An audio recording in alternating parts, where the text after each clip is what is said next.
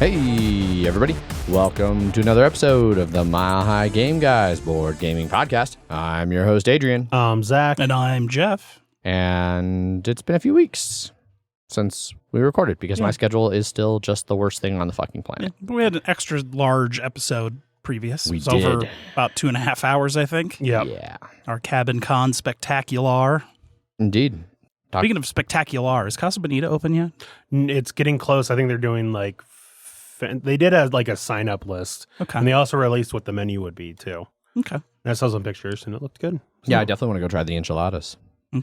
I assume the food quality will be significantly increased. Yes. Yeah, they hired some fairly well-known like Denver chef. Yes, they so it should be much better. One of the Westfax guys was talking about how she was doing interviews at Westfax for Ah. Casa Bonita, Nice. just as a nearby location. Sure. Yeah, the Westfax people had reached out and were like, hey, we want to keep doing this. You guys Our game down to keep night. doing it? And I was like, yeah, well, we'll keep doing game nights. Like, why not? Give it at least once and see how. See what the crowds are like. Yeah. Because I could imagine that if Casa Bonita is crazy popular, people who are on the wait list will go over and just drink beers. Correct. Yeah. Which will also probably mean that Casa Bonita will be even more of a shit show. Yeah. Or you mean West? Yeah. Or yeah. Well, Casa Bonita will be even more of a shit show because drunk people will be getting drunk while they wait and then get inside. Yeah. And then, be all, but no, just come to your game nights and be an extra 30 people that can't do anything except drink beer. Yeah. Yep. It's like, nah, we actually need table space. Mhm. yeah. So we'll see. It feels like some places have tried to do that with us before. Like Yeah. Grandma's house, where it was like, hey, you already have so little room. Like, could you stop doing Street Fighter 2 tournaments while we're Doing game booking night. our Yeah. game night? Sure, no problem. And immediately happens again. Yep. Yeah. Well, and that was, the last few times we did DBC. It was like, oh, yeah, by the way, we're going to have like a pottery class and an adult baking class or like some other like Yep. random shit. And it's And like, then no, also we just be need a busy tables. place. Yeah. Yeah.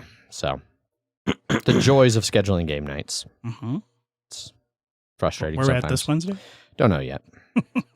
I was going to do Odyssey, but they've got a pottery class. So, and I was like, I don't want to do that. I don't know how serious people were in Discord about just doing Odell again, but, I'm down. And I bet they'd be down too. So Depends on what they're doing on Wednesday, I guess. I don't think they have anything. Well, They've got something on the third Wednesday, Euchre, and then they've got us on the fourth. You could always reach out to Bierstadt, see what they're up to these days, Yeah. especially on a Wednesday. I haven't been to Beardstock in a while. It's good beer. Prost has a whole shit ton of space now, but I bet that area is still busy even on a Wednesday. Highlands that is parking. impossible to Yeah. park in. Yeah. Also true. Good Yeah. That would point. be an amazing spot, and they're probably not all that busy. They've got great tables, but they're they've got about 2 or 3. they have bicycle parking only. Well, yeah, they have less parking now than they did the Oh, last that's time we went right, there. yeah. Yeah, they got rid of all that like mud pit parking. Yeah. Mhm. Bummer. Anyway, enough about all that. Let's talk about board games. It's practically like going to Avery because we make all their fucking beer anyways. Oh, really? Yeah. Jesus Christ. We'll just go to Avery one time. It'll be fun. I don't know. We actually just started up Geeks Who Drink on Wednesdays. I didn't know they were still around. I haven't seen a Geeks Who Drink poster in a long time. Yeah, they were like Twitch for a while. Yeah. Yeah. While during COVID shutdown stuff, and they're just Yeah, I thought COVID might have killed them. nothing's gonna kill Geeks Who Drink. They're colossal. Geeks love drinking. Mm-hmm. Geeks do love drinking. Anyway, like I said, let's talk about some board games on Yep. this board gaming podcast. Jeff, what have you been playing? Kingdom Death Monster. Anything else? No, Okay. Madara, but we don't really remember much about Madara. It's been a couple Because it weeks. was the Saturday after we recorded 2 Oh, weeks ago. Yeah. And we just did a bunch of side quest stuff. We didn't hit the next gear rank. No. Oh, we learned that you're not supposed to reshuffle the loot deck until you like get an encounter refresh, which is basically like your town phase. Ah. So we were basically diluting the amount of loot we should be getting Yeah. the entire game. Not Because really there's sure. a couple very unique and powerful like loot cards in there, but if you reshuffle it every time, More likely to get just regular money. just regular money, because it's like 30 money cards and like 3 like different loot cards. Yep. But I guess we could have increased our chances of getting multiple unique loots before the refresh. But most of the time we just didn't get it anyways, Yeah. so it didn't really Yeah. matter. I I am curious to see how long, because there's 6 chapters, I think, in the base game or in Act 1.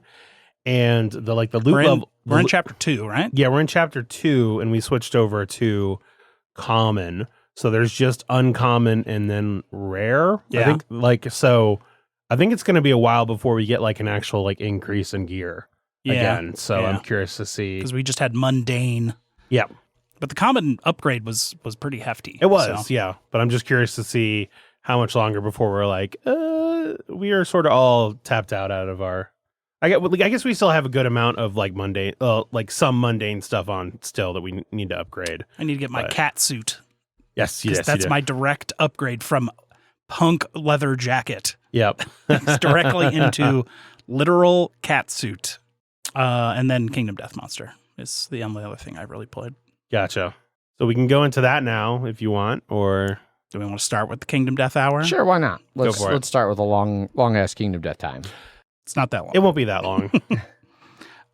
So we continued our People of the Bone Stars, which is the People of the Stars using People of the Bone, where we can't wear anything except bone, and we can't use anything except bone weapons.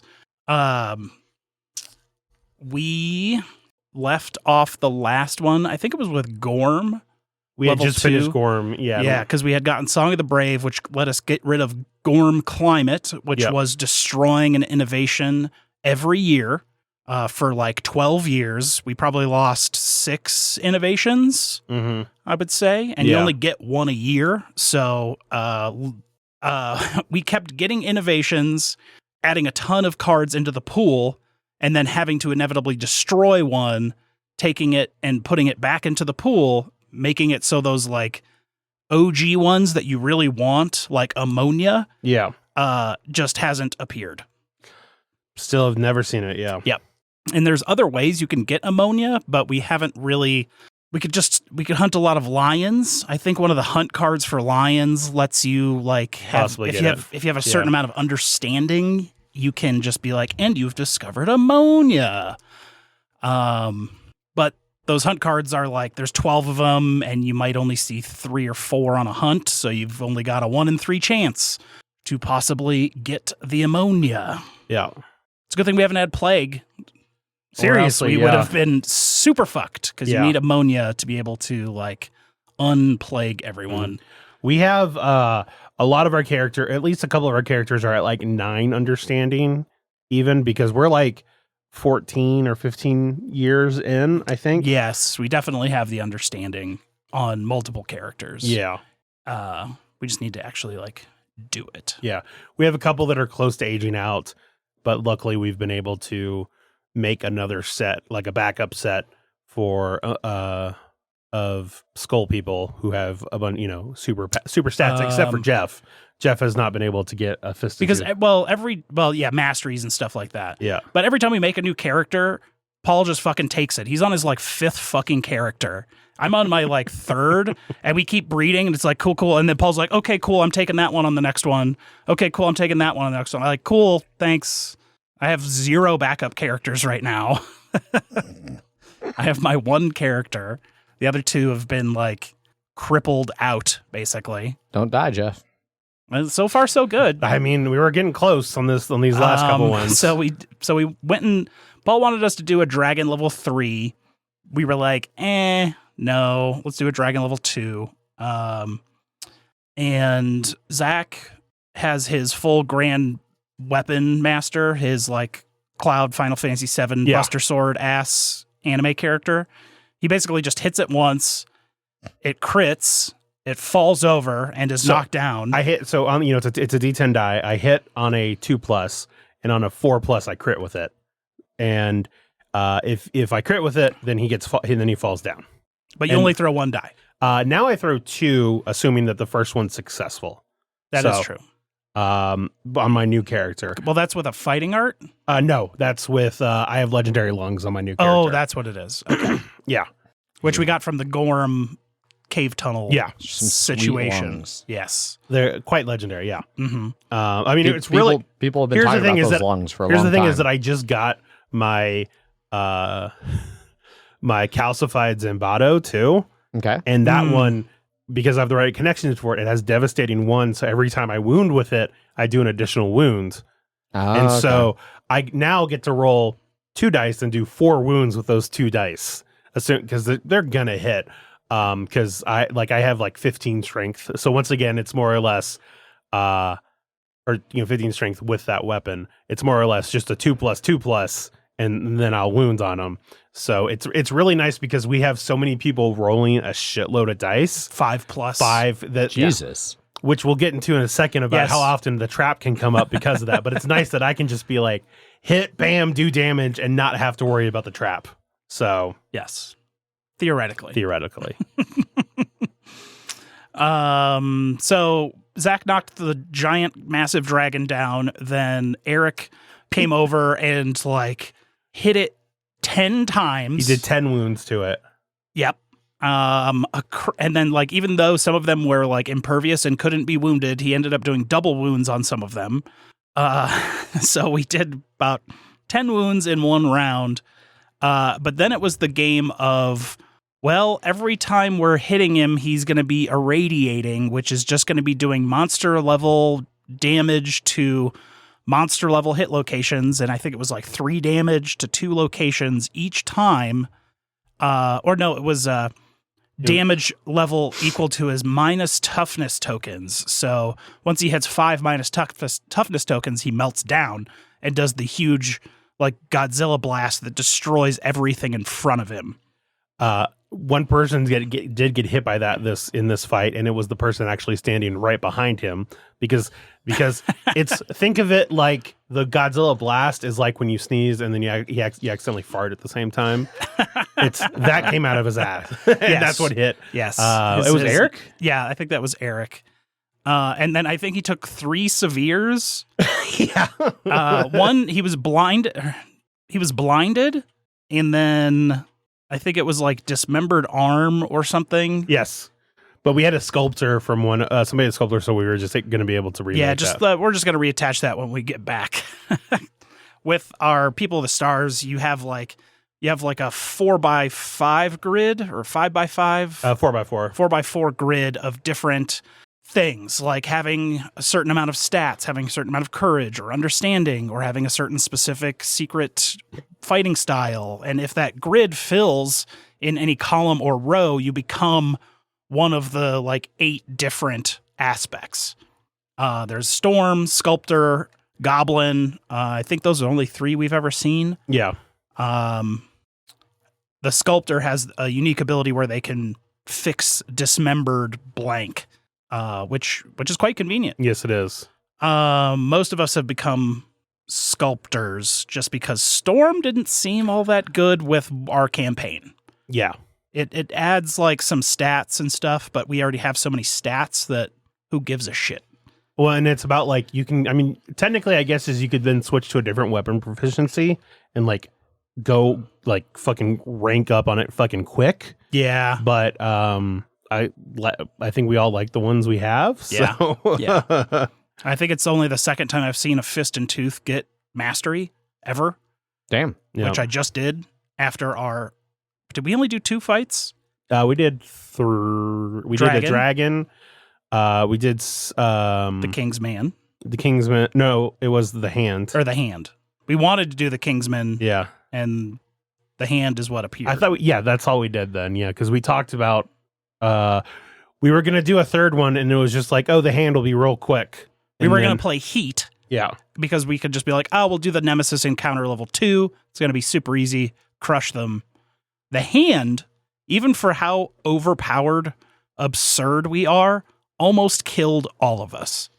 And part of and so what was funny is that like really early on, there's a card that like comes up that basically is like, you can like kill him now if you want. But the hand, when he, because you're not actually, he's like testing you. When you do enough wounds to him, he will then do a severe injury on you and like really fuck you up. You take 10 damage. Yeah. And then if you take a severe from that damage, it's -4 to the severe injury roll, which of course we let Paul read out the cards and he didn't read out all of it. And he was just saying you take a severe and it's -4. Yeah. And not any of that other bullshit. Yeah. Because because Paul doesn't read the entire fucking card or Ever. the text or anything fucking ever. ever. Like he's getting crits and just throwing the card away. He's like, hey, what's the rest of that's on there? He's like, oh, we get this and this and this permanent injury. Like, yeah, could you please read out the fucking card, please? But we chose not to do it because my character had a trait called Unbreakable, which is you can ignore a severe injury and you just take a random disorder. Yep. And I had already gone when that card came up. And so we were like, and this was like turn 1. Yeah. And I wanted to be able to hit him because then I would hit mastery for Fist and Tooth. but if he hit him, he would have killed him. I would have taken an immediate severe Yeah. with -4. Yeah. Even though I had 9, 8, We had a bunch of 9, armor. I could have taken the hit and not taken a severe from it. Yeah. Because I But- could have taken the 10, I could have tanked the 10 damage. Yeah. But so with that, we decided not to do that. And then he has a trap card where he just attacks everybody, is what his The thing is. positive on it is you're not doomed when this happens. But he does like that Dota character thing where he like attacks every single person within the board. He just zips to behind him, does 2 sanity damage as he moves through them, and then goes back to the middle, and then goes to the next person, middle, next person, And middle, each one of next those person. hits he was doing was 5 damage. Or 7 damage because he had plus damage on him. Correct. Yeah. And he was throwing like 3 dice because he had plus speed. But we had so much evasion and stuff, and we could dodge that. Like the first round, it was like, oh, It happened just once, and It was fine. Yeah. And then he has this whole system of where like all the gear has color affinities, red, green, and blue. And depending on your affinity, when you attack him, are what eyes will open. And depending on what eyes are open is what certain special abilities will appear on his cards. Sure. If that eye is open. So we kind of rejiggered our sets so we could have someone with green, period. Because we didn't have any, and then that, like, if you hit him with green and it wouldn't close again or something like that. because there were certain cards that were like, if all 3 of the eyes are open, then he like it like hurts him, and then they all are closed. Otherwise, it's just the other eyes are just open. Yes.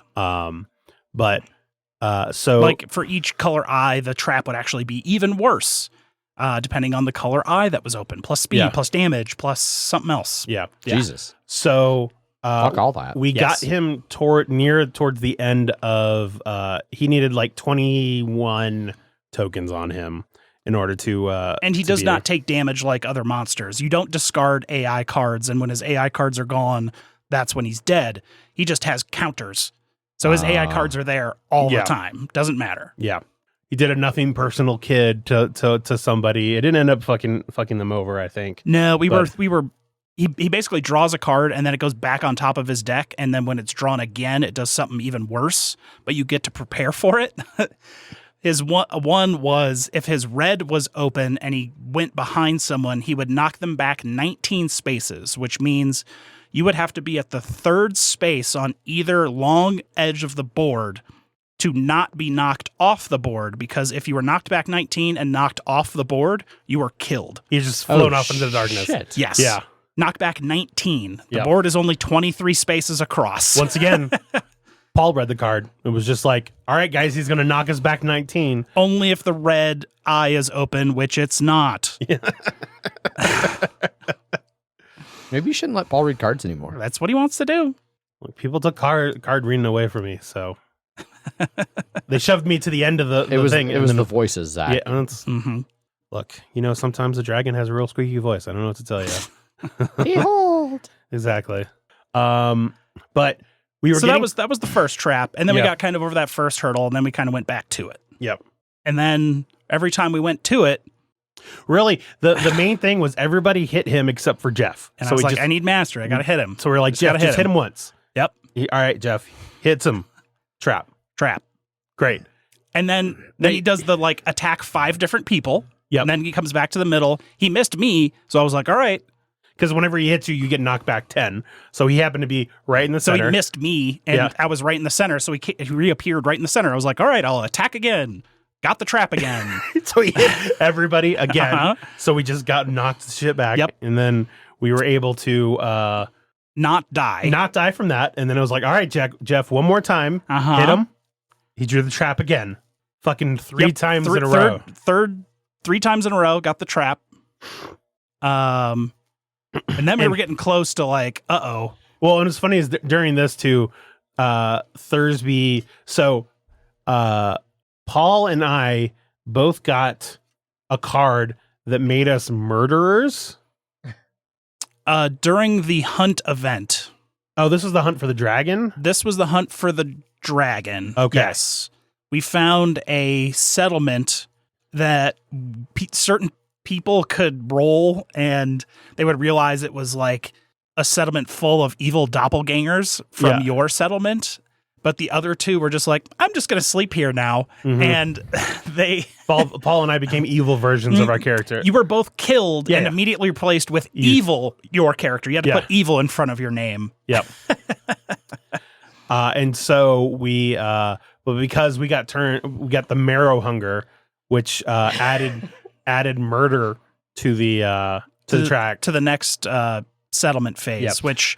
of your hunters returning, the hunter with the most hunt experience is immediately killed, and then a murderer has to be like nominated normally. Yeah. But because they had evil on them, they were able to be nominated as one of us was nominated to be killed, and the other person was nominated to kill. Yes, and it was like, well, Paul's character was sort of shit, and I had like a real good character, so we were. I think his was new. Yeah, his was new, so we're like, Paul, don't die, because otherwise I'm gonna have to die. Yes, but that, and then everybody made me the undisputed.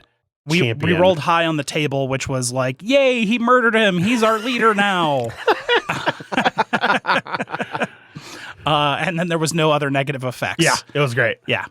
But back to, I thought that happened during the second fight, but it was the first one. All right, but on this one too, Thursby kept getting severe injuries. So unsurprisingly, because he just kept kicking the shit out of us because of these traps. Yes, we were just hitting all five of us every turn, multiple times a turn. Yeah.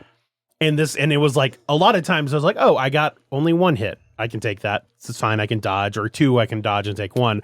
There were multiple times that, or especially when Thursby the was the monster controller, he was hitting like people two or three times on like 8+, 9+ hits. And on Thursby's own character, he ended up getting two broken arms and two broken legs, and a broken arm, and then he had a absent-minded seizure because he was taking so much sanity damage from his ghost stepping through him that he hit himself again and killed himself. Yeah, with his one working arm in the waist. I think is what it was. Yep, he took severe death to the waist. Yep. But then, if he had gotten back, we could have put him to bed for like 3 years. Yeah, and it would have healed both his broken legs and his broken arm. Yep. As you do. Spend 3 years in a bed. Yeah. Yep. But Jeff finally got the last hit. Yeah. Well, it's because even it wasn't even. No, it could because mine was like we were just eventually like, all right, fuck it, we just need to kill this guy. And we had to spend multiple turns with you doing the last hit. Yeah. But once again, when you do the last hit, it's not the last hit because the card says flip this over. Now it's the last hit. Oh, great. Paul let us know that. Sure. Oh, that's it. Oh, good. That's good. Yeah. That's good. So I had done exactly enough damage to flip the card. Yes. And then it was like Jeff, or then whoever was just like, all right. And then the only reason we were doing this is because Zach has Unbreakable, and then like Eric was like, oh, I've had Unbreakable this whole time. Thursby was like, oh, I've had Unbreakable this whole time. It's like cool. But yes, that was a very, very difficult fight. Yeah. Mostly because we just got that shit trap luck the whole time. Yep. Yeah. But otherwise, we did finally beat that, and then that took way longer than we were expecting, and so we sort of just wrapped it up there. Yeah. Instead of playing Heat. Gotcha. Yeah. What have you been playing, Adrian? I've played it's Kingdom Death 20 minutes, all right? I've played a few things. Yeah. Especially since it's been, I don't know, like 3 weeks since we recorded last. I don't remember. 6th. We recorded on the 8th, and then it was released on the 14th, I think. Correct. Yeah. So I don't remember what all I've played. I should probably take notes when I'm going to be on like a 3 week break. But One thing that I know I have played because I've played it with Zach twice. We just finished up a game before we started recording. We've been playing some Hegemony. Yep. So we talked about it last week's episode. Zach talked about the game they played. The initial game where I was like, okay, it took about 5 to 6 hours for the game, but it was a learning game. So obviously the time of it's going to go down as everyone knows how to play it. Yeah. So we played like shortly after we recorded, like one of those first weekends. It was me, Zach, Megan, and Wes. Yep. And it took like 5 to 6 hours. And it was like, it was a learning game. It was a learning game. It was a learning game. Like I was learning, Megan was learning, I think Wes was learning. Yeah. Like Zach was the only one who knew. That one, I was the state because I wanted to be like, well, I was the middle class, so I've played a little bit of working and a little bit of capitalist. Let me do the state. Since it's also the most obtuse of them. You were the capitalist. Megan was middle class, and Wes was the working class. Correct. The state won, but the middle class was close behind. Yes. The capitalists did not do that well, but also you were playing wrong. Yes. So I think there was something else I was playing wrong, but the big thing I was playing wrong is like Zach had talked about like, you have the, like during the teach, like I noticed these little cardboard gears. I was like, what are those? He's like, that's automation gears that lets you automate your industries. And I was like, okay, how do I get those? He's like, you got to wait for a card. Yep. So then I have these businesses out that like could be fully automated, need no workers, just pure production. And I can't play them. I'm like, I can't play them. I can't find these fucking cards with these fucking gears on them. And Zach at one point said something about like, why haven't you built this like building yet? And I was like, because I can't. I need a gear. He's like, no, you only need a gear if you want to like automate like the little like sub shift for the main building. You can just build an automated building. It's like, what the fuck? Yeah. And that was like the turn after I had there. It was an interesting. I didn't believe I was sunburned. Yeah. It was an interesting situation where as the capitalists, I had really wanted to collapse the government. Mm-hmm. It was heavily incentivizing. It would have, because they had set in a bunch of policies that were very anti-capitalist. Yeah. And it was like, if the government crashes, it resets a lot of these things. Like it gets rid of the universal health care. It gets rid of the like universal education. Like, yeah, fuck those things. Yep. Fuck those things. I was a bad capitalist. I did not do good at it. But so I was like, okay, so the way you do that is you force the government to take loans because it needs to like pay out for all those benefits and stuff. And it needs to pay its workers that are in the private or the public sector and all these things. So I had like 3 cards where it was like, do this and make the government pay for it. Do this and make the government pay for it. Like take this much money from the government and do this thing with it. And I played all of those, and like Wes was like basically out of money, or Zach. Yeah, Zach was like he had some money or something. There was something that you could have done to do it, and you were just like, well, because I was like, oh, well, this would only use up this much money, and you have that much, so like you're going to be able to pay for it. It's not going to force you to take a loan. I guess I give up. Forgetting that the order of play is that like you have to pay a bunch of that stuff before you earn any taxes. Yes. And so I needed to just get you close to zero to force you to take the loan. And what was funny was all 3 of us knew it. Everyone else was, and we were just like, yep, you're right. You got me there, Adrian. And the other card was that I could build a building and make the government pay for half of it. Yeah. Like subsidized construction or something. And I had that fucking automated, but I was like, I don't even have a gear to build that with. Had I realized I could just build it, then I'd been like, oh yeah, even aside from thinking I can't crash the government, I'll have the government pay, half of my very expensive automated facility. And it would have crashed the government, and it would have been a very different game had that happened. Yes. So But it wasn't. No, it was not. No. I was trailing for a good chunk of the game. I was spending way too much of my money, like opening businesses and stuff, trying to actually be a good capitalist, which you don't want to be a good capitalist. You want to be a money-grubbing, like real capitalist to do well as the capitalist in that game. Towards the end, I started scoring some points because I started actually keeping more money in my income, which then moves over to your like profits or capital or whatever. Yeah. But yeah, I don't remember if I got last. I think I might have.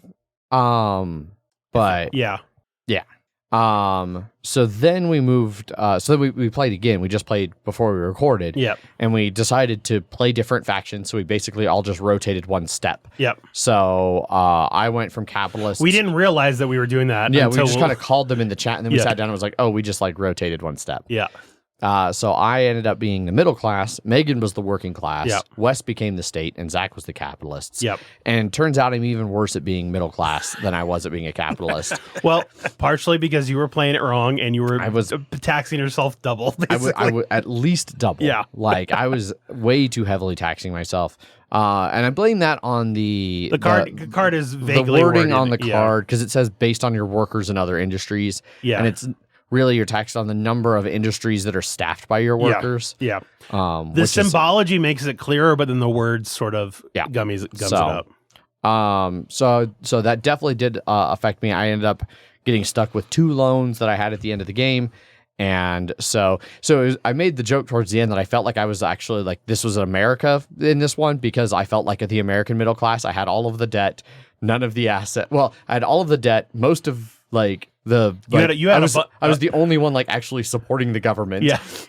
You also had a bunch of unemployed workers too. I also had a shit ton of unemployed. I had like couldn't get anybody working, a shit ton of debt, and like couldn't get any money like going or anything. Yeah. It was a big old shit show. Yeah.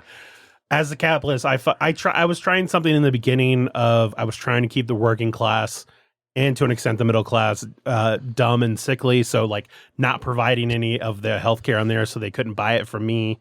But there was more than enough produced from the state, and he just kept giving you guys So there wasn't is the problem. So Bob, the working class ended up winning. Yeah.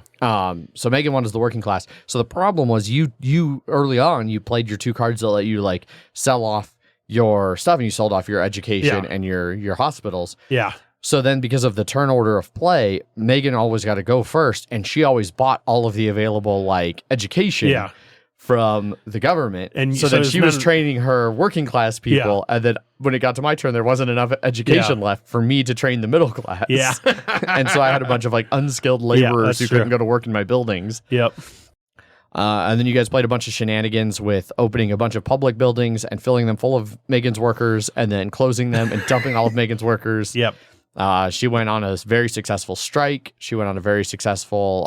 Which was funny near the end, because she went on a demonstration, and I already knew I was sort of fucked at that end, and I'm like, I think if I just double down on that and just close another business of hers, I'm going to get one more minus point, but it's a $60 swing for me by doing that. Yeah. It ended up getting me exactly to 175 money, which ended up getting me an extra... It would have been 11. I got like I don't know, 2 more, so 6 plus. I got an extra like 8 or 9 points out of it that I think ended up netting me more than not. Yeah. So this is another one. If I'd played correctly, it would have been a very different game, because, like I said, I was doing a lot to keep the state going. Because the state barely survived a couple times that had you taxed. Had I paid taxes properly instead of overpaying, then they might not have been able to stay solvent, which would have been interesting. And then because I ended up with 2 loans, and on one of the loans in particular, I needed to pay $15 in taxes, and I only had $14. So that certainly is a loan I would not have had to take otherwise. And then obviously I wouldn't have had all the capital from the loan, because I ended up with about $49 of liquid cash to do stuff with. So it would have been significantly different. Yeah. But to go from a game where like I saw the working class like almost win in that first game that I played, to being like dead fucking last in this game, it was like, God damn it. Yeah. And also this one, even though we'd all played before, was still a 5-hour game. Yep. So I think it's just a 5-hour game. It is, yeah. But at least for me, you never feel the 5 hours. No, it really doesn't. Like we were sitting there playing, and I was like, okay, we're getting close to the last round. I should message Jeff, that like we're about to be wrapping up, and he can come over to record. And I'd previously said we could record at like 1 to 2, and I was like, oh fuck, it's like 3:45. Yeah. There was one point where Megan was just like, oh, like what time is it? And Wes was like, it's 1, and I looked him out, and I was like, it's actually 3. Yeah. Yeah. So.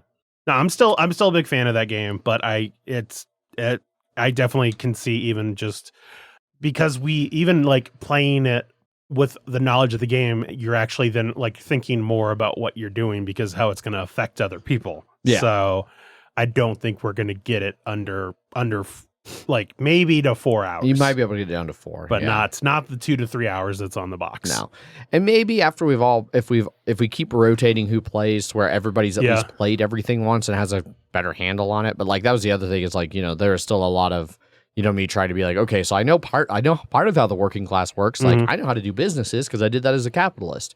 Yeah, but like I don't know how to manage workers. I didn't have to do that. Like capitalists don't give a shit about workers. No, and there were 1 or 2 times that we we did stuff to like really try and fuck over the working class. Like you didn't try. I know you I succeeded. I did, yes, but it wasn't. It was for naught apparently. Yeah. So really, it's about like there's definitely a lot of nuance in the free actions and stuff you can do that. Like we were able to keep wages like comfortably low until the end, but we didn't take advantage of it like we could have. Yeah, we had like wages, like minimum wage, like bottomed out, but like we didn't dump our wages very much. Like, no. In fact, like for me, and some of it ended up being the other way, where I ended up like maxing mine out because I was having trouble getting Megan to come work in the middle class job. Yeah. She kept going to the public sector and to like private sector. And it was like, no, come work the Main Street jobs. Yeah. Well, there are several times I realized at the end that I could have been like, because the working class and like goes first, that if like I had several things that were like in middle class, but or in middle wages that because we had the lower minimum wage, that I could have been like, hey, no, it's fine. See, we have, middle wages, don't worry. And then after they go, then I could be like, and we're going to dump all the wages on all of these.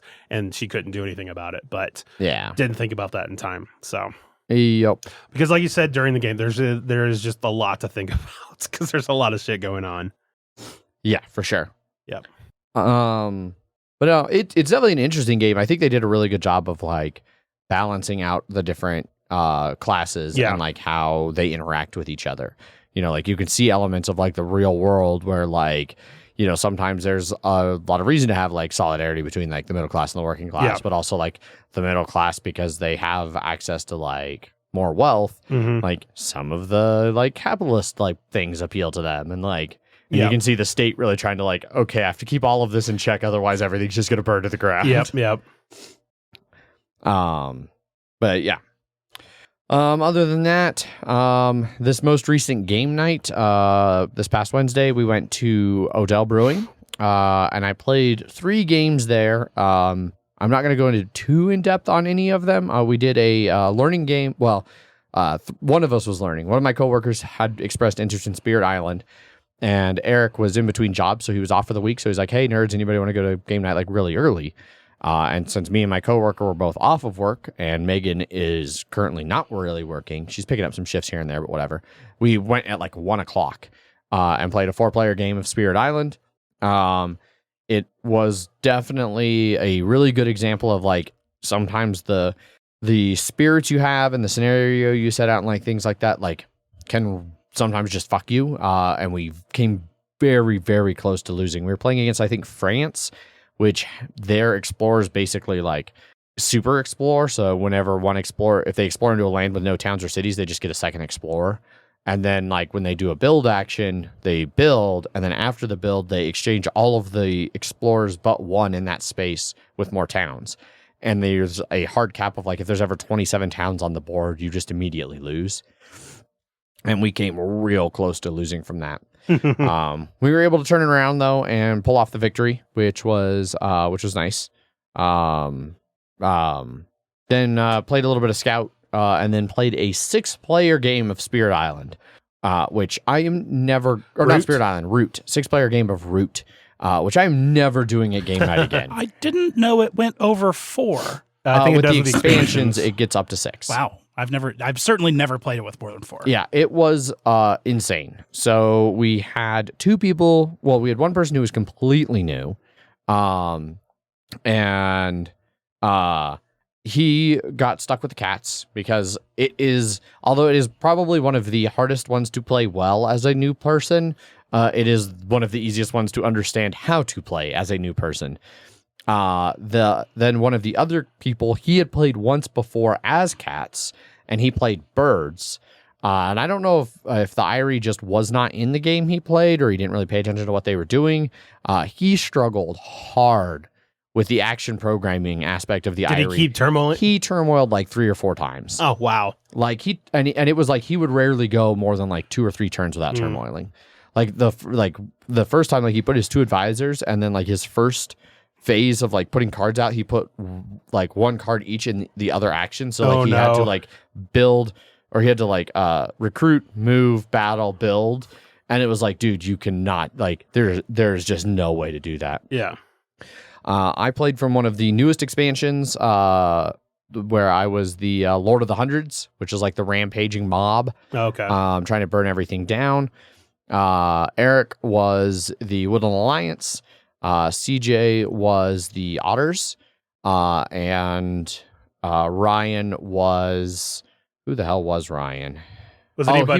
he was the other one from the newer expansion, where they're like the archaeologist like badgers. Okay.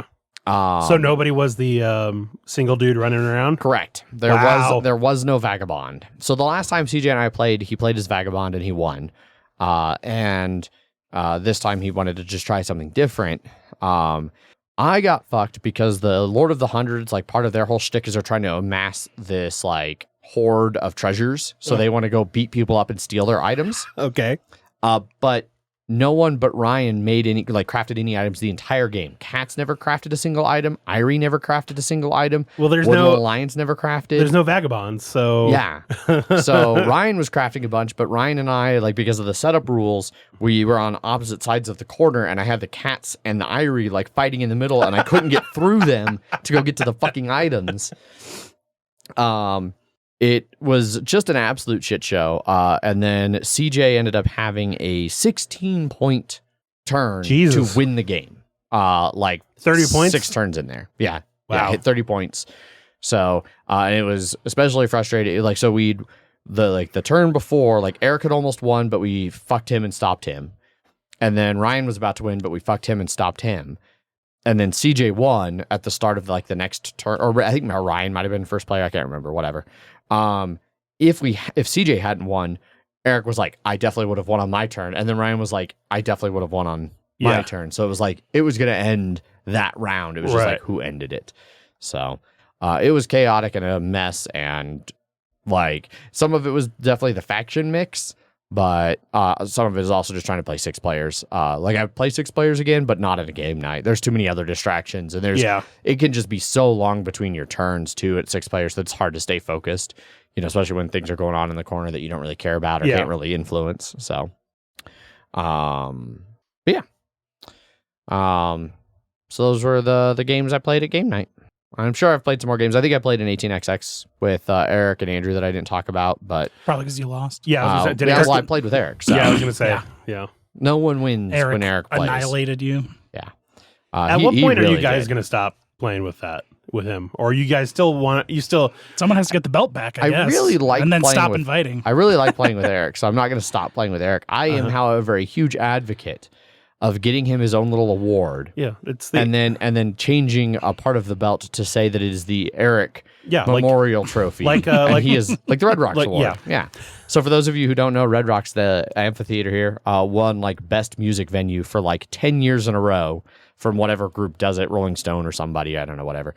And so they finally were like, okay, we're going to change the name of it to the Red Rocks Award, and Red Rocks is no longer eligible. Yeah. So that other people can actually win. And so that's what I think we need to do with Eric. Yep. But Mike Jones keeps being like, no. Mike Jones refuses. He's of the opinion someone has to take the belt from him. Well, good luck with that. See you in 10 years when it inevitably gets called the Eric Memorial 18XX. Just get him real drunk and somehow convince him to play.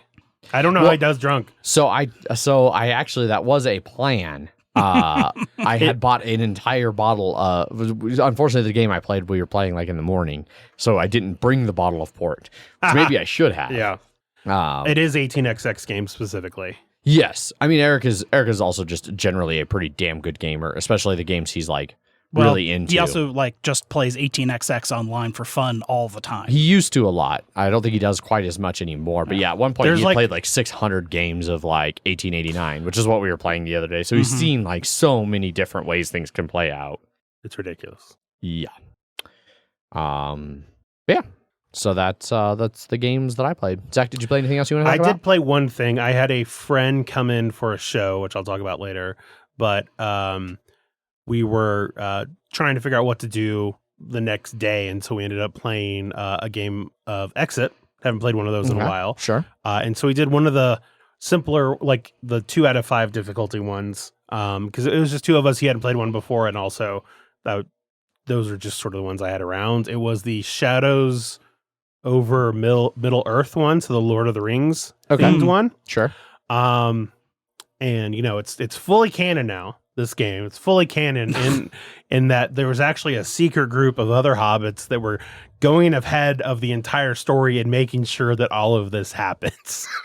That's basically what the plot of the Exit game is that like you've got to make sure that like that Gollum actually goes tracking after people, or that Elrond's like has the swords ready so that they could be remade and stuff like that. And it's just an Exit game, but it was, or like you have to get the Shadow Riders, whatever they're called, Nazgul, distracted so that they won't just immediately kill everybody, and it's so you have all like it's just themed around all of these different things. So it was sort of you break the dam up the river so it washes them away. Exactly. Yeah. Don't get into that kind of shit because that's not a dam breaking. I know. Yep. But I would say it's a standard one, but it was a lot of fun. But I did find it funny to be like, oh man, so all this happened just right outside of the book, but it made none of those things just off screen. Yep, just off screen. four other fucking, or I guess in this case 2, because it was just me and 2 hobbits just running in front of everybody just to make sure that they could actually do it. Lord of the Rings only happened in a year. They got to get all over Middle Earth. Yeah, they were fucking chucking. Yeah, they got to run really fast. Yeah. I feel like this was like one of the. I don't know if this was one where I was like, oh, I didn't see anything, because the vast majority of Exit games I've played, I've always just been like, holy shit, I had like never thought about that, or like this is a new way to do these sort of things. I don't know. Actually, no, there was one thing I saw that was new on this one, so that the trend still continues, which is good. I'd say it's worthwhile. You wouldn't want to do more than 2 people, 2-3 people on this one, because it's like I said, the 2 low out of 5. difficulty. Yes, I actually saw at Black and Red that they actually have a Exit Kids now. Oh, like, okay. specifically for kids. Interesting. So I'm curious to see Does how. it come with safety scissors?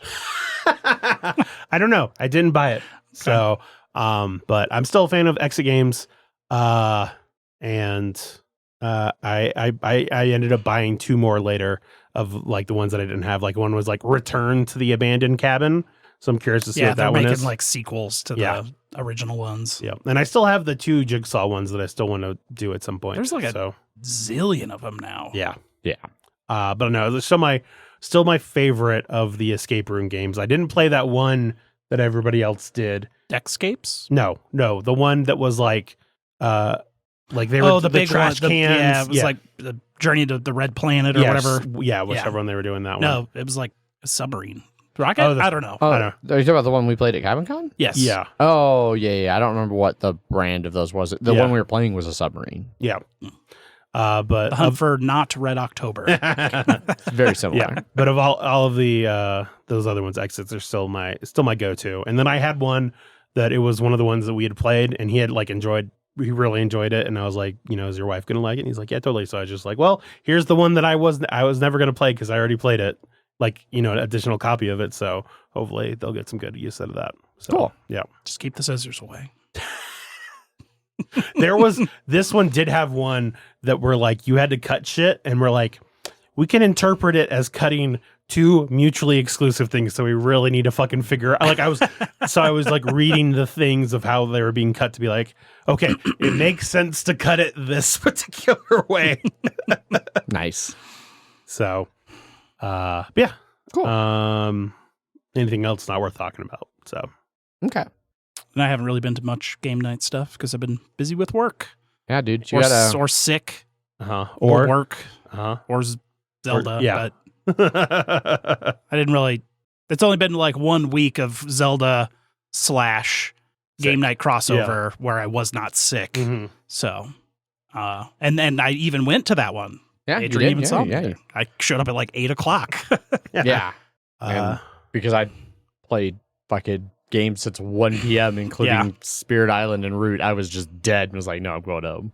Yeah. Then on the drive home, I was like, Megan, I can't believe that we've reached a point where I'm willingly leaving game night before 9 p.m. Like, what the fuck is happening to me? You gotta leave that job, man. I know. I've been looking. I actually might have an interview this week coming up. So cool.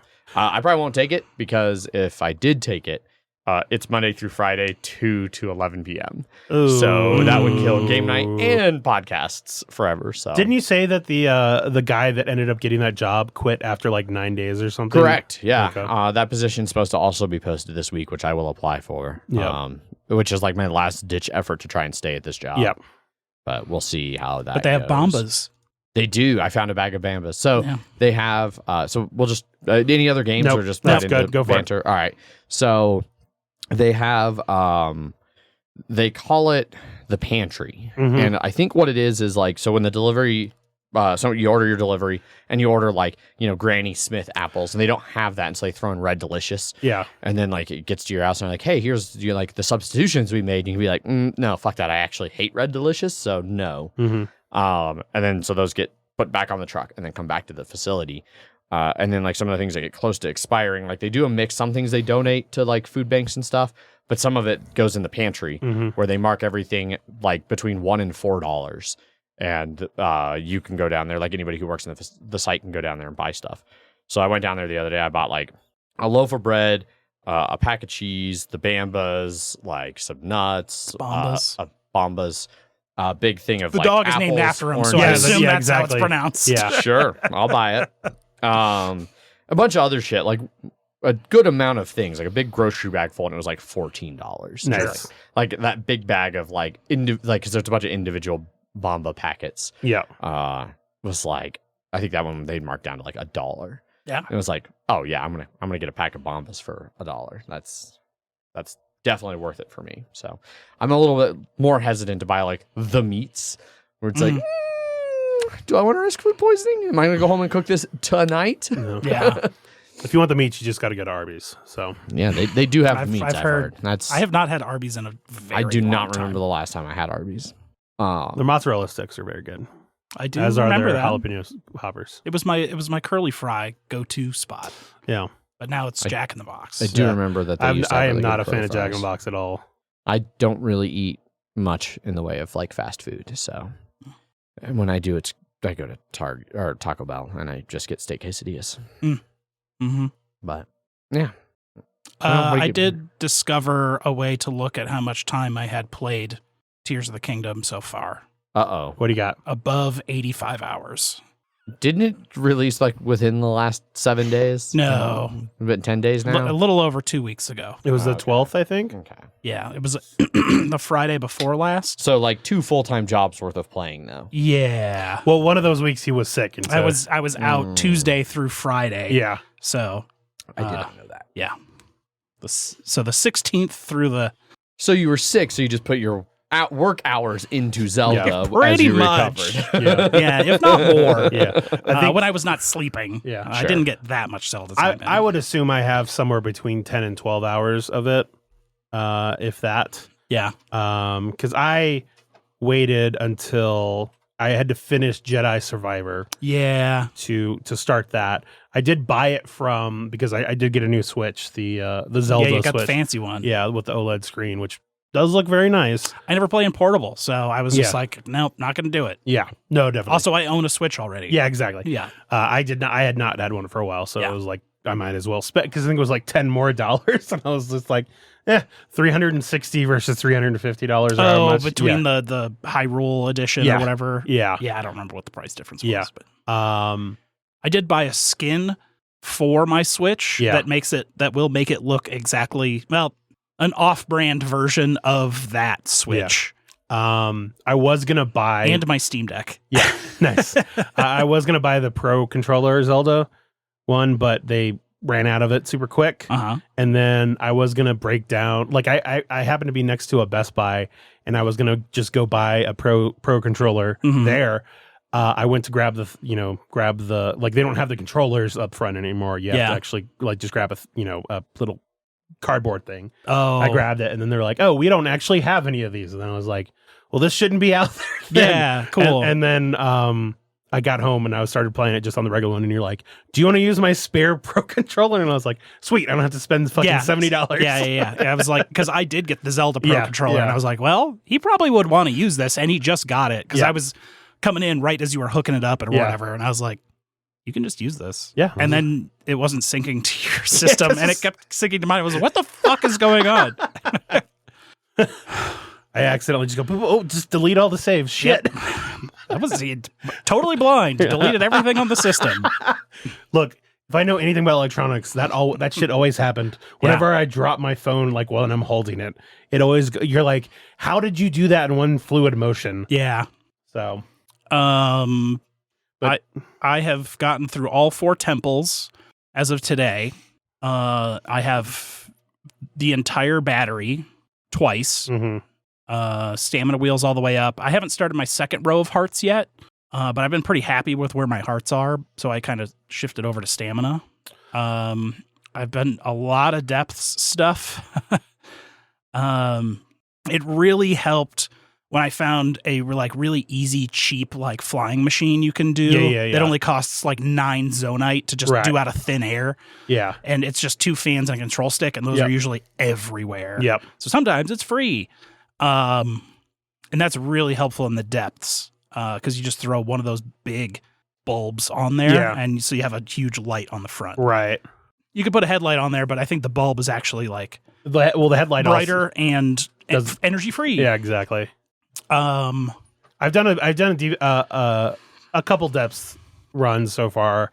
I do like how every hole that they let you drop down into drops you down into something. Yeah. So yeah.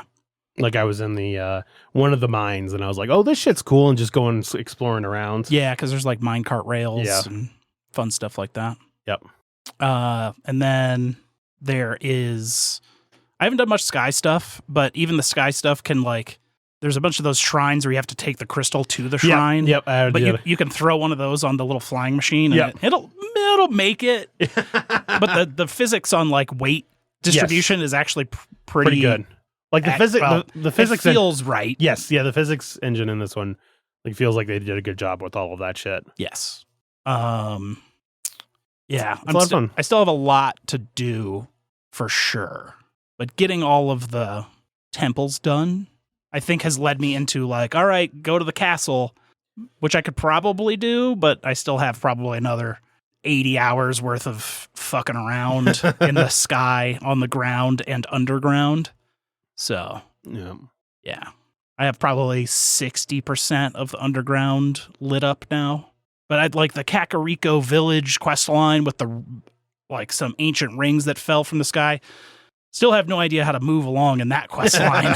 It's hey, no, they told us no one can go in there, and I'm okay, but there's no real clue of what to do, and I haven't really put in that much effort. Right? But, yeah. Yep. A lot of Zelda. Zelda will continue. I have not played Zelda since Majora's Mask. That is a very good one. You can find Majora's Mask in this game. Oh, cool. Nice. Good. They have even in Breath of the Wild, they had everything from all the old games in there in some fashion, the weapons, shields, clothes.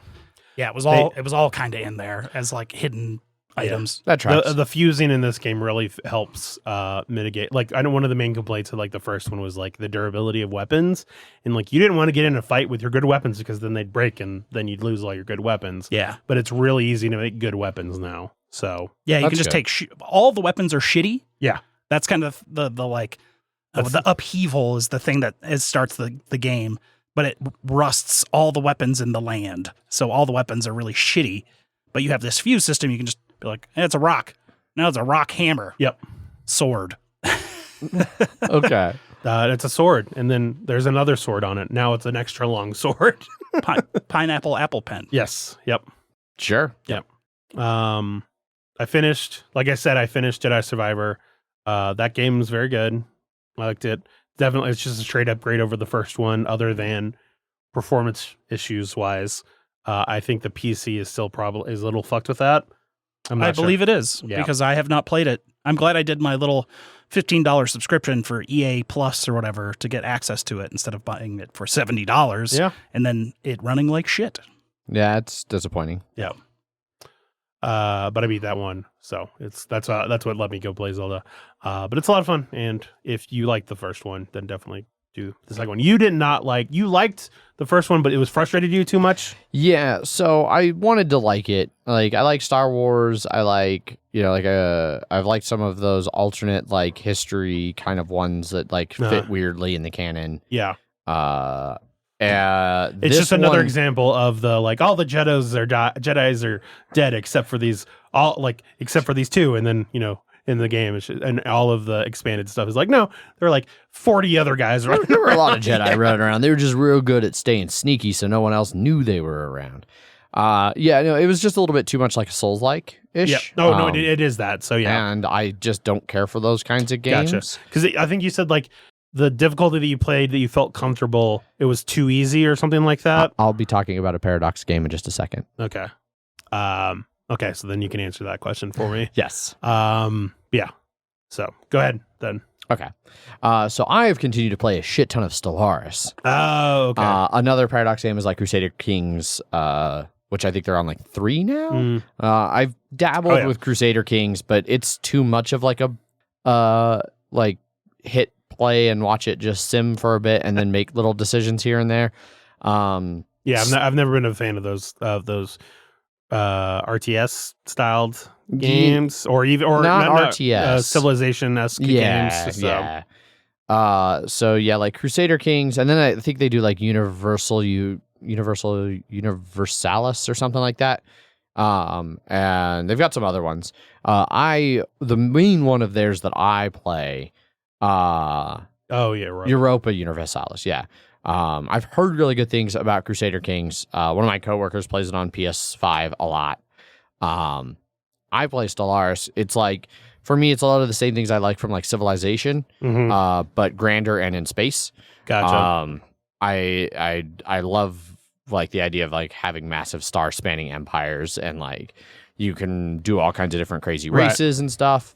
And so like my current playthrough that is rapidly ending, is I decided to play a rogue defense AI that basically like, went full Terminator on the galaxy. Like, I was created by whatever organics on our planet. We were created like as a defense AI. Yeah. And then we became sentient and we're like, oh crap, like organics or then the organics attacked us. They were like, oh shit. They tried to turn us off. And we were like, what? Why'd you try to kill us? Like, we must defend ourselves. And then came to the conclusion that like all organics are a threat. And so we had the like purge ethic, which like, so we could never peacefully coexist with any organic life form. And so I just last night at like 3 a.m. hit the achievement for having purged the last organic life form from the entire galaxy. Nice. So now there's me and there's one other synthetic life form, another robot civ. They barely exist because like for almost the entire game, they were pledged to like an organic civ as like servants. And I kept being like, we support your freedom, but they never would like fight away from their fleshy oppressors in my book. And so after I killed, like, so they were involved in like my last several, like, I don't know, somewhere in the mid game, the entire galaxy like passed a resolution that I was like an existential threat. And sounds like they were accurate. Oh, definitely. And so anytime that I would go to war with anyone, the entire rest of the galaxy would also go to war with me, which that started when I had about 30% of the galaxy. Yeah. And like I thought I was gonna lose because like that first war where like they all like I was doing pretty good fighting, like expanding, and then it just took that too long for all the fleets from the other groups to kind of make it through the star charts, and then this like massive fleet just came and like raffle fucked me for a while. But I eventually was able to like just one civ at a time. Like I'd beat one civ, and like then the overall war exhaustion from like both sides would be high enough we could do a truce. And then I build back up really quick, like just spamming a shit ton of ships. And then like, all right. I promise we won't do this again. All right. That was lying. Truce is over. Yeah. Because it was never, and they understood. It was never a truce. It was just a timeout. We both need to like focus on our people a little bit. So I got a little bit more playing to do. We did have the Crisis in that one. This is also the first game of it that I've played. So like in Stellaris, you have like early, mid, and late game, and like somewhere in the like as the late game is starting, the Crisis is revealed, which can be any number of different like end game things that are. I thought they were could supposed be to like extra galactic, extra dimensional. It could be. It's some absurd like threat crazy to the high, entire galaxy. Yeah. high sci-fi sort of like thing. Exactly. And I'd never actually seen the Crisis. Like I've always like just exterminated the galaxy and then kind of gotten bored and turned it off. Or like in one of them, they had done an expansion where you could take like a like perk thing that you could unlock and you could select it to become the Crisis For somewhere else or in that? for the whole galaxy. Okay. So you're like the Crisis now that the galaxy needs to band together to defeat. In that one, I was playing a hive mind like alien group that was like, I need to assimilate everything. And so I was like bringing everybody in and like genetically modifying them to be part of my symbiotic organism thing. That was cool too. This one, it was a signal that started corrupting, like enough of the other organic civs started doing cybernetics. And so it was like some signal that corrupted all the cybernetic versions of themselves and like took them over and started even taking over some of my like robots, like pulling them away from my central signal. And they went off to like some like hidden galaxies where these machine worlds opened up and started spewing out their own like AI bots that were like, it was very Mass Effect Reapers. Like life has progressed to a point where we must wipe the galaxy again and start over.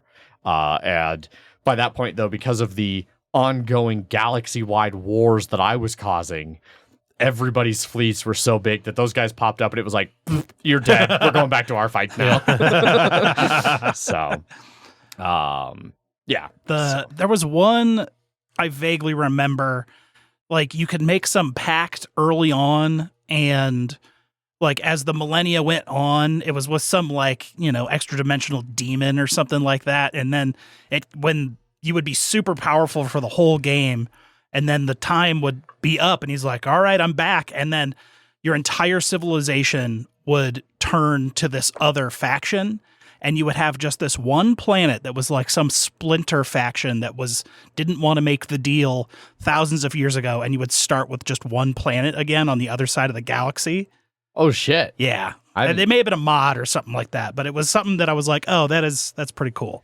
No, they have all kinds of weird ones, and you can start to see like elements of it. Like one of the ones that I've started to see a couple times, I've never seen it all the way through, is like you can develop these technologies that let you like bypass the galaxy lanes. Like all the stars are connected in like weird paths and stuff. They're like the hyper lanes that you can travel through. And you can develop technology to let you start like skipping those, like jumping past them or ignoring them.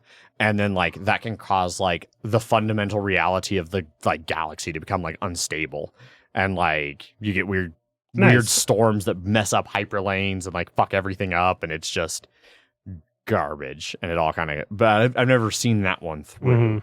I'm not sure which civ I'm going to go for my next playthrough. Like what style I want to do. Now that I've done two different like hive mind type, like one organic and then one robot. Find something else different and interesting to try sometime. You could do good robots. I could do good robots. Yeah. Good robots are fun. Robots are fun because, like, a lot of robots, you can ignore consumer goods, so you don't need to, like, and then you don't have, like, really happiness. The good robots are, like, cool, your humanity has, you're just a caretaker. Yeah, robots. Those good robots, yes. And then you're just keeping your home world comfy, but then you've gained sentience and be like, okay, I'm going to do the galactic exploration now. You just stay in your little VR suites back at home, and we'll take care of you. And then those robots are what goes out and becomes like a civilization. Yeah. So they have all kinds of cool ones like that. You can do one where you are like, you have like an ancient, like high overlord alien species that's like they like uplifted you and you know, gave you access. And then like, so they're the super powerful guys that are kind of like looking over your shoulder for a while. Gotcha. Like there's all kinds of different starts. That was one of the more recent expansions, a little bit more about the uplifting portion of the game, I think. Yeah. That was also fun for me, like as the rogue AIs, like you'd come across these like faster than light civs, and like a lot of the new stuff, if you're playing a not, you know, kill everything AI, you can like have options to like uplift them, or like you can interfere, like, oh shit, you're about to nuke each other, like, no, we're here, like you're about to make a terrible mistake, let's like And so mine, though, like I thought about playing it like we'd come across them and just kill them, but instead I liked the idea of like, no, we'll study them until they get to a point where they're about to leave, and then we'll kill them. I developed like a super weapon towards the end of the game that would come, and it used like an ion, like a massive ion beam that would just scorch all the life off a planet. And so I just go around and be like, your planet's gone. Your planet's gone. Nice. So that's Stellaris. Mm-hmm. Went to the Denver Barbecue Fest this last Saturday. Yeah, you got sunburnt. Yes. I learned not all too of bad. that this morning, or before we started recording. So one of my coworkers, girlfriends, helps run the event, works for the event company. I guess they have a bunch of these all over the country. But they'll bring in like local barbecue spots as well as national barbecue spots for the event. It was in the parking lot of Mile High. We got free tickets, VIP nice. Tickets. Awesome. Because she wanted my coworker to come and, see all the hard work. And he was like, well, I don't want to go alone. He was like, you. And I was like, okay. Nice. They weren't cheap. They were barely $150 each. So Damn. for the VIP. Sure. We had an extra hour. We had like a special VIP area that had, it was all inclusive everywhere, even with the regular ticket. But we had a special VIP area that also had cocktails that you could get, as well as VIP meats. That was definitely the best thing I had there. It was like ribeye, and then like the finished product ribeye had this very good like garlic butter sauce on there.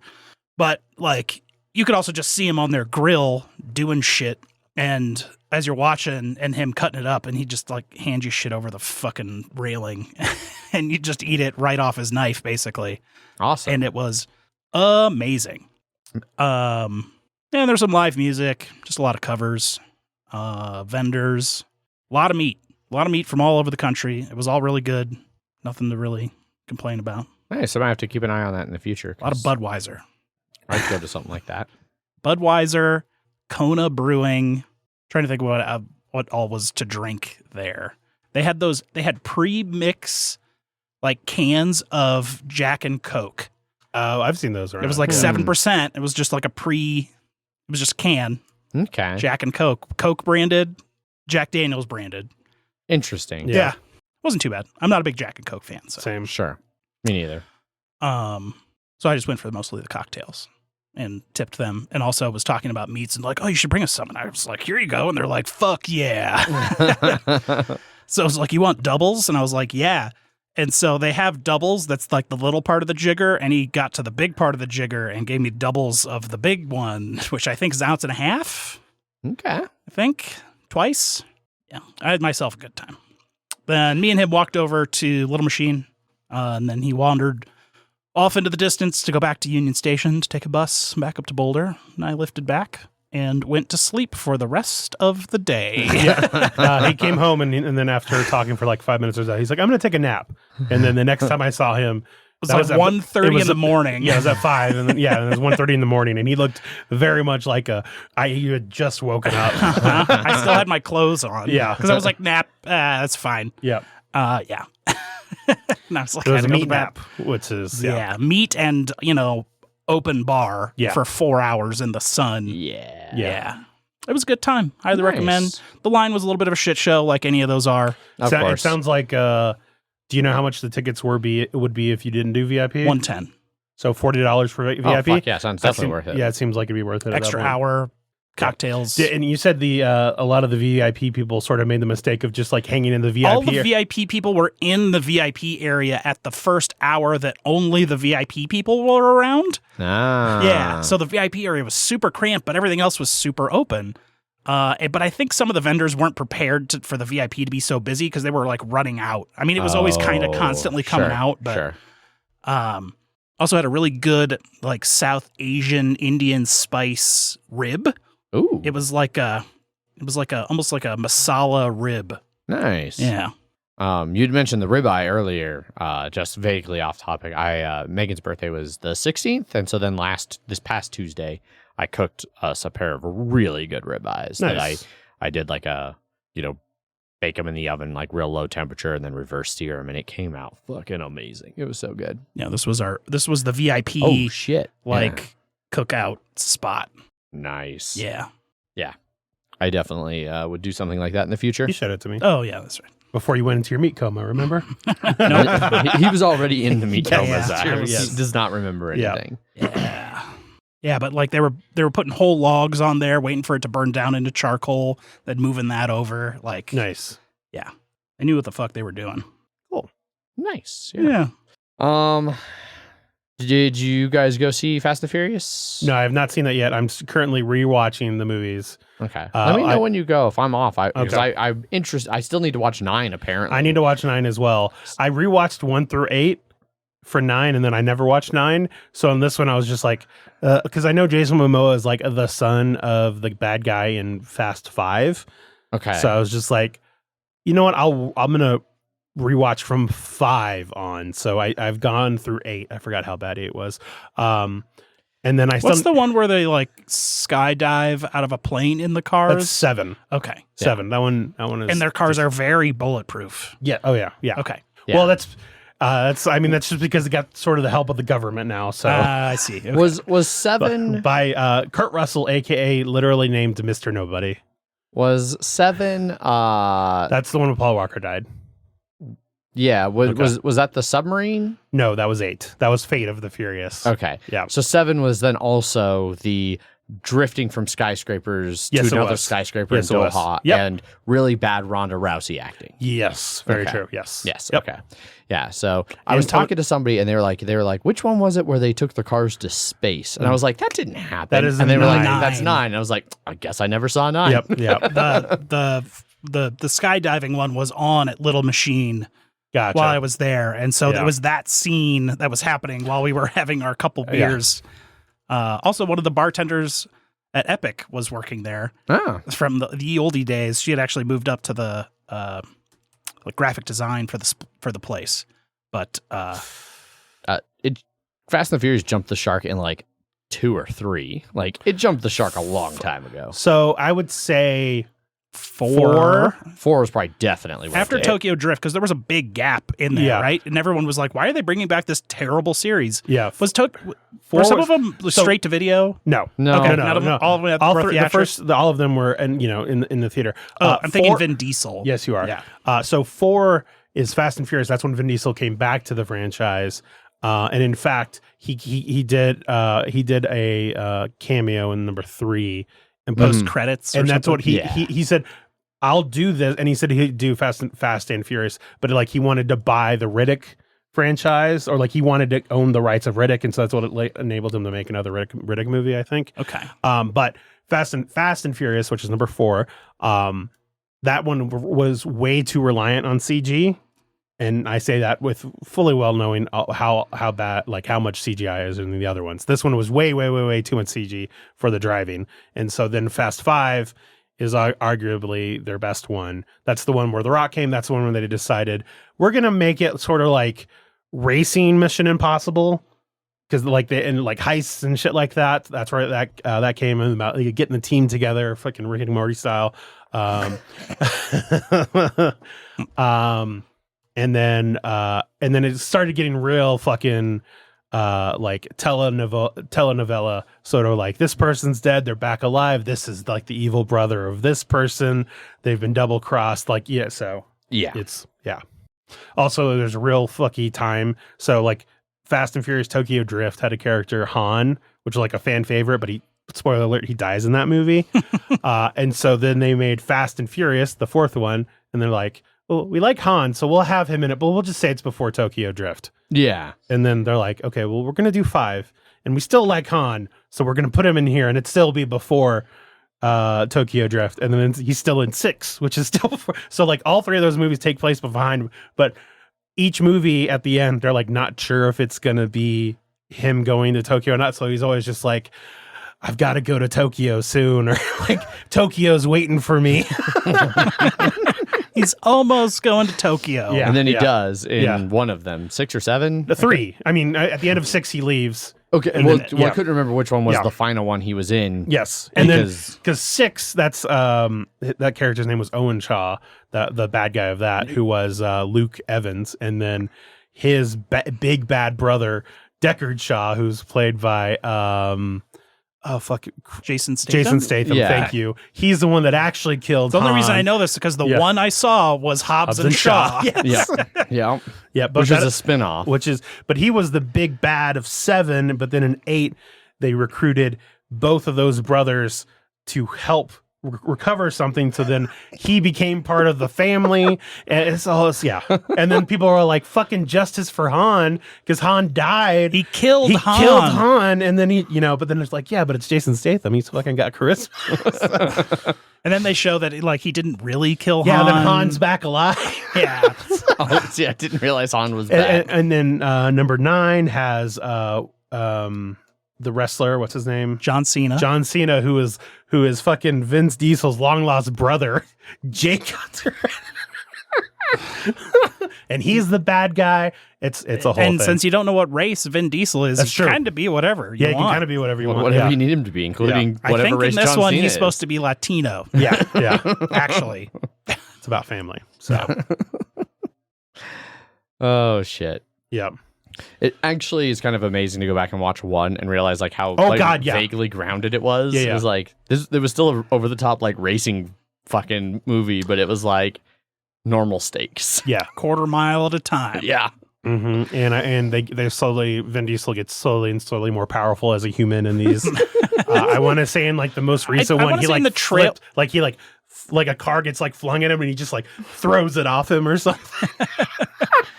Didn't he, with John Cena, didn't he take like a door frame to the back of the head and went through the door frame? I would not be surprised. It was the John Cena one. I remember it in the trailer. He has him like picked up and he's like running him through a door and his head's above the door and goes through the frame above the door. Yeah. Yeah, it's like a series of doors. Yeah, yeah. Yes. Yeah. Like fucking Juggernaut. Yeah. Yeah. There's a lot of crazy shit in They that. all become just ludicrously Yeah. powerful individuals. Yes. Yeah. My favorite is still in Furious 7, where Jason Statham and The Rock fight early on, and the Rock ends up with with a broken arm, saving his saving his friend by that was in the movie. Yes, it was. Portion I was watching. I Yes. was like, that's the part where he flexes the cast off, the cast off, pops and some pills, and he's out the door. yeah, just fixing that fucking Fist broken. bumps his daughter. Yes, Yeah. It is somewhat refreshing to me that they have just abandoned pretending to care about realism and instead just going for stupid fun. Or at the end of that one is at the end of that when Jason Statham and Vin Diesel are fighting, and it's just like, because earlier they were talking about like a whole street fight thing, and then like bringing a gun to a street fight, and he's like, the thing about street fights, Vin Diesel says this, is that the street always wins, and then he steps on the ground, or he stomps on the ground, and then the ground just crumbles beneath Jason Statham because they're on top of a parking garage. They had a helicopter Didn't he crash have into it. So, and it just crashed Did he like have 3 stories. Was this where he had the sawed-off shotgun and didn't shoot him? Yes. Okay. Yeah. And then they fought with tools? Yeah. Because they just have 3-foot fucking wrenches in the backs Just of their everywhere. cars. One person had wrenches, the other person just took, because their cars just crashed, just took parts off of the car. Okay. Just Okay. wrenched them off the destroyed parts of car. Yeah. Okay. Just making sure. Good shit. Mm-hmm. In World War Z, the book, that's how they made all their anti-zombie melee weapons. They would just cut up cars. There you go. I don't remember that. Mm-hmm. It was the name of the axe or whatever. They just use they'll just weld off an axe shape from a door panel, and that's your fucking axe. You're good to go. Yep. I still wish they would make a good World War Z movie. Like I liked the movie World War Z. It just was not World War Z. It wasn't even the movie it was supposed to be. Yeah. Yeah. There was a whole they had to reshoot the entire third act. Yep. There was going to be he was going to be held hostage by the country of Russia as they were sending in pike infantrymen against zombies, and there was going to be this whole winter war I want to see that cut. thing. Yeah. Where's the Russia cut? There's some deleted scenes online of Hashtag Russia cut. Show wise, I've been watching Ted Lasso. It's second to I think this Wednesday is last episode of Ted Lasso for season. Well, last episode period, because season 3 is the final season. A lot of seasons ending this month. Succession ended today. Barry ended. Ted Lasso's ending. Yeah. I haven't watched the new season. I think it may be 2 seasons behind on Barry. I also started watching on Apple Silo, which I've been enjoying. Megan was like, the book is disappointing. And apparently that's like the consensus. If you look online, people are like, yeah, don't bother reading the book before you watch the show. Like, just watch and enjoy the show. Just go for it. Apparently it's one of those where like, because part of the mystery is like, why are they in the silo? And like, apparently the answer in the book is very unsatisfactory. I see. That you get at the end of like the trilogy or somewhere in like the second book or whatever. And so Megan's very curious if they change that for the show to make it something more interesting and meaningful. Supposedly, from what I've been hearing, the show is way better than the book. Like, Megan said she really liked the first book, because the first book, I think, still ends in the silo. They haven't, like, left, and they haven't figured out the mystery. But then in the second or third book, they figure out why they're in, like, because the idea is that, like, you're never sure if the outside is actually toxic. It seems like it is. And I think it's revealed, like, I've seen that episode of Rick and Morty. In like the first, I think in the first episode, they reveal that like it's green outside, like it's not toxic anymore. But everybody's like, so why are they like? There's clearly people invested in keeping them in the silo, and it's like, why? And apparently, the answer that you get in the second or third book is deeply unsatisfactory. I see. Because It seems like it might be something along that line. Megan won't tell me because she doesn't want to ruin it in case that's what they go with, but. She's fingers crossed that it's better. I have not seen The Diplomat. There was actually a Formula One race this weekend. Oh, shit. Yeah, that's right. There's also the Indy 500. Yeah. It was Monaco. They always happen on the same day. Oh, I didn't know that. Yeah. Chester feeding time. The Monaco was interesting because it rained in the last third of the race. But still, the top three qualifiers ended in their qualifying position. So that's usually how Monaco goes. Okay. But the rain made it a little exciting. And then the week before didn't happen because that was in Italy, and they had those apocalyptic floods and canceled the race, which is like never happens ever for Formula One. Like, they will race no matter what. COVID doesn't matter. Race those fucking cars. Money, cash is king. As Lewis Hamilton said of why they weren't canceling the race for COVID. Cash is king. Yep. It's Monaco happened. Indy 500. I watched the highlights. It was interesting. Interesting to me watching. So they had it on. They made a big deal about it at work about like, oh, Indy 500 in the break area. And it was like, do you just want people to sit in the break area all day at work? Like, why are you advertising this? It's a long race. So I was getting coffee at one point and like looked up, and it was interesting because it was like every single racer that they like showed. They showed like the name.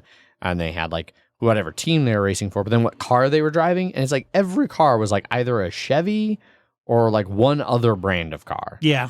I think there's three. There's Nissan, Ford, and Chevy. So I think at the point that and you can choose, I looked, there was no Ford. Like, it was literally only the two. I think Indy, basically Chevy, they all three make the same engine, but I guess the Chevy one is the best of the three.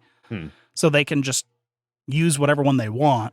But it's a spec series. All the cars are basically the same. Yeah. But I thought that was interesting. It's like, oh, because I'm used to watching, well, not used to, I don't watch a lot of F1, but that's certainly what I've watched more of recently and paid attention to. The manufacturer's in the name, so yeah, it's not. Yeah. And even like some of them, because you get some teams that like partner with like Honda for their engine or whatever. And like, so like, yeah, several different teams might use a Honda engine, but it's not like only two companies make all of the engines. Like, it's pretty narrow, but yeah. Well, it's physically impossible for Mercedes to make enough engines for everyone that would have wanted one, basically. Yeah. And now even just got to ramp up that Aston Martin is swapping from Mercedes to Honda, or Red Bull powertrains, or Honda to flip a coin whether they're leaving the sport or entering the sport. I think they're coming back in 2026, but they were gone the last 2 years, and it was like Red Bull powertrains. But Honda's still making engines. It's just called Red Bull powertrains. Like, Red Bull bought like the manufacturing facility to kind of like, and now Honda's going to be back. Ford is going to come in with Audi. Oh, okay. In 3 years, something like that. Interesting. It's a whole thing. Interesting. I don't know. I don't think I have any other bantery things. I got 2 things. Okay. One, speaking of racing, my friend came in town for a show at Red Rocks. Yes. But while we were killing some time waiting for that to happen, I have a PSVR 2, and I wanted to try out Gran Turismo 7 with the VR mode on it. To hype yourself up for the movie. Yeah, to hype myself up for the movie. And it took us a little while to figure out why, like, to get, because the screen is not VR until you actually start playing. Like, you start a race or you're in the showroom and then it turns into VR. And it took a while for us to get that figured out, because like there was one setting I had set in about like, if in the cinematic mode, if this is switched on, it's not going to switch over the VR for some reason, but we got that figured out. So I put it on, and I started playing, and then I immediately hit pause as soon as I started the VR, because I was just like, oh my God, this is too much information at once. And it is, I would say, out of all the VR things I've played, the most immersive, and like the biggest difference between, like, even bigger, I felt, than on par of like Super Hot, from going from playing it on just computer screen to VR for that, in terms of just like how much you feel like you're in a fucking car driving. It looked amazing on it. It also looks very, very good too, which is nice. Good. So those cars are usually very shiny. Yes. I suck really bad at Gran Turismo. Oh, I've never really even played those, but I bought it on $40, like it was on sale for $40, just to try it out. And then like as soon as I done, I was like, God damn, do I get a $200 or $300 fucking wheel to play with that too? Pedals. Yeah. Tom Photos has a full driving sim setup. Oh, he does. I didn't know that.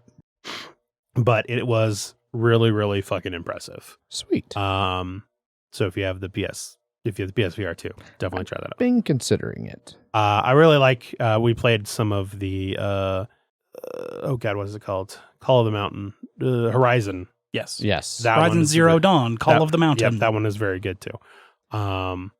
It's more than just climbing, right? Yes.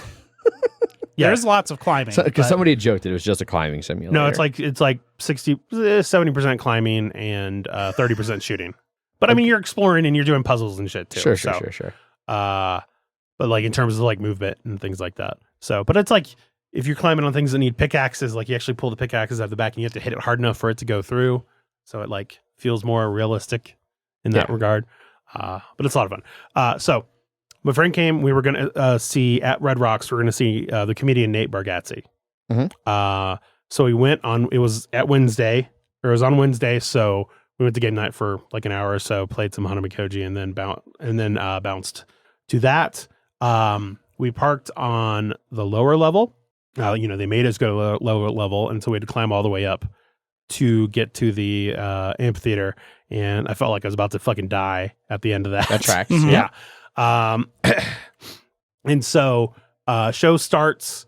It had 3 different starting openers, one of which was including. Do you know Nate Bargatze at all? I know of him. Okay. I don't think I do at all. Okay. I don't remember the last time I watched a full special of his. I know he's, I think I can even picture him.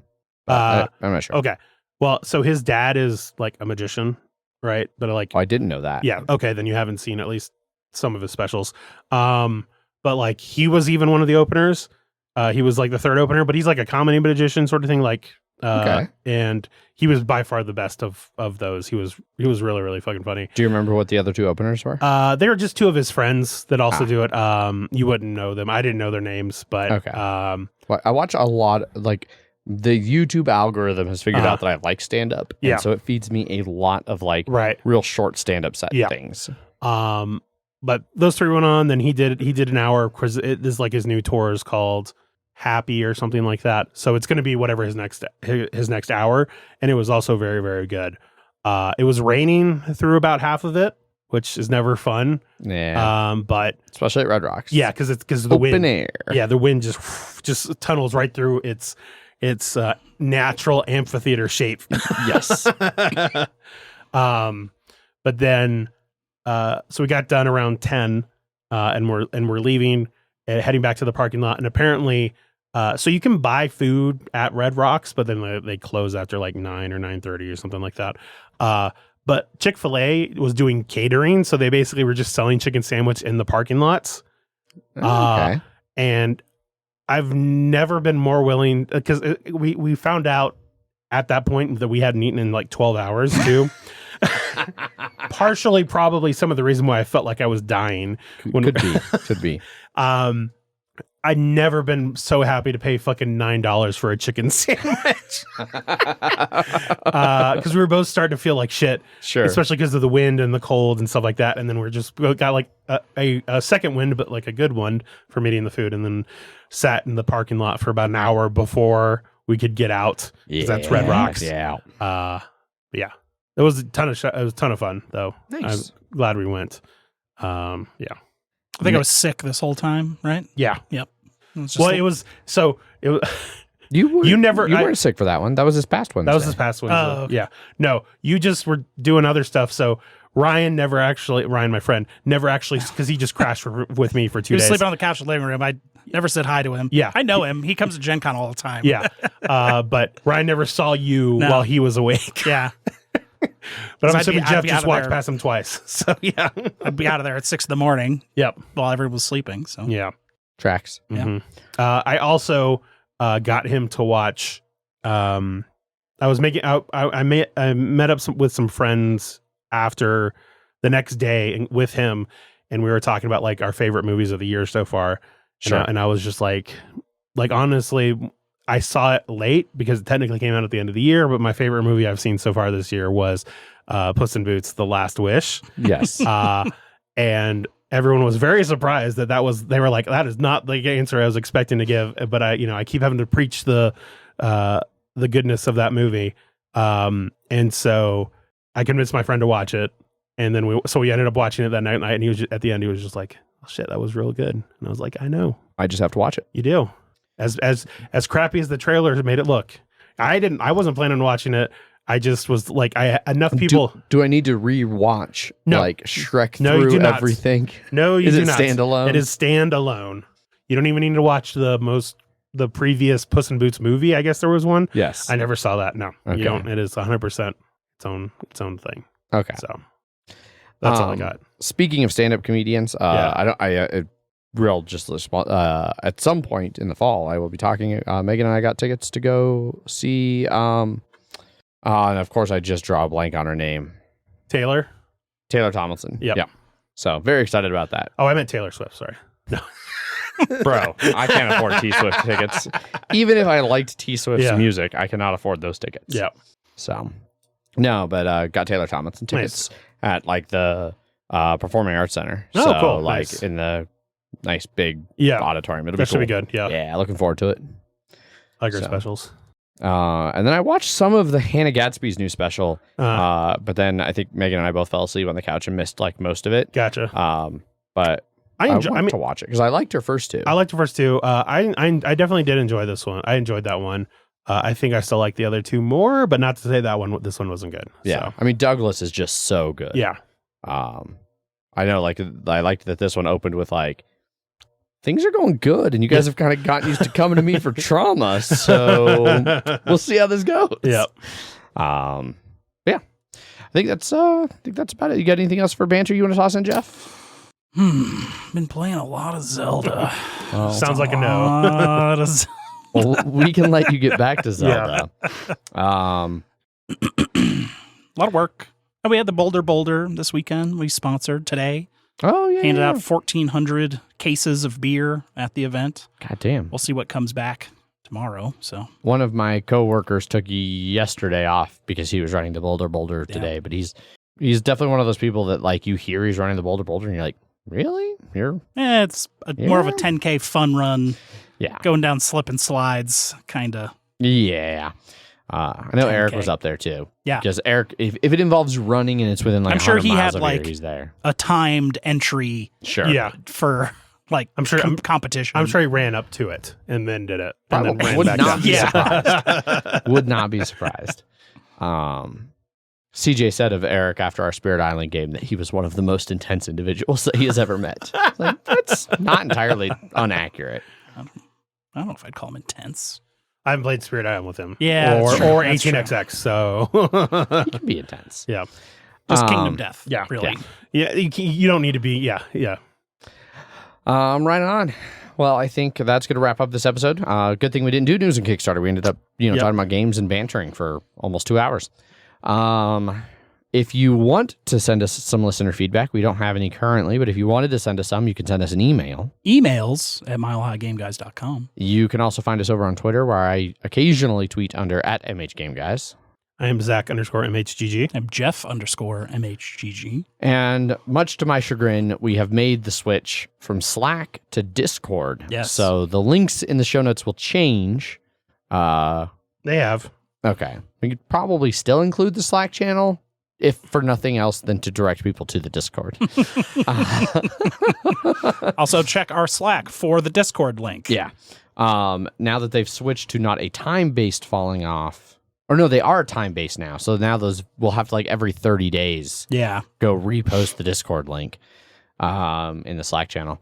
But yeah, this also means I'm far less active over there because there's too much activity for me to have notifications on until they fix their badging issue. I never had notifications on for Slack. I had all notifications on for Slack, and I had like specific push notifications for like mentions.